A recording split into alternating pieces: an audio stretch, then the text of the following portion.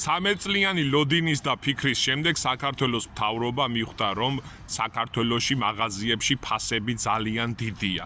საქართველოს პრემიერ-მინისტრმა ირაკლი ყობახიძემ აღნიშნა ეს ყოველივე და თქვა, რომ ფასტამატები ძალიან დიდი არის მაღაზიებში და ამ საკითხის გადახედვა სურთ და ამ ყველაფრის მოგვარება უნდათ.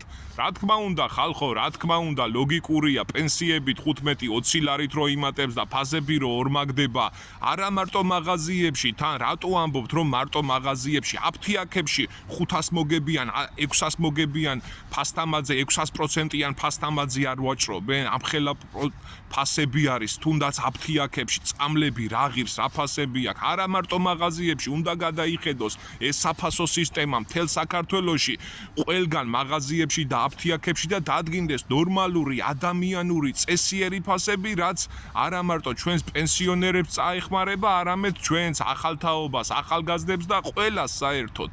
Ხო არის შესაძლებელი, რომ ნორმაში მოიქცეს ეს ყოველივე. თქვენ რას ფიქრობთ? აბა დაწერეთ კომენტარებში, უნდა გადაიხედოს საფასო სისტემა ყველგან.